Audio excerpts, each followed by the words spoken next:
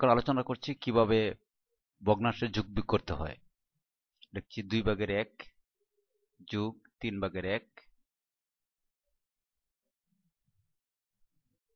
এখানে 3 এবং 2 এর লসাগু 6।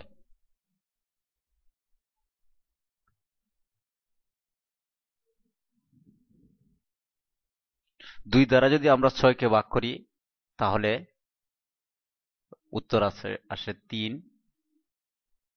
এবং 3 দ্বারা লব এবং হর উভয়কে আমরা গুণ করব। 3 একে 3, 3 দুগুণে 6। অনুরূপভাবে 3 দ্বারা পরবর্তী রাশিতে 3 দ্বারা 6 কে ভাগ করলে ফলাফল আসবে 2। 2 দ্বারা লব এবং হরকে গুণ করব, তো হয়ে গেল 2 একে 2, 3 দুগুণে 6। আবার উপরে লবগুলোর যোগফল হচ্ছে 3 এবং 2 5।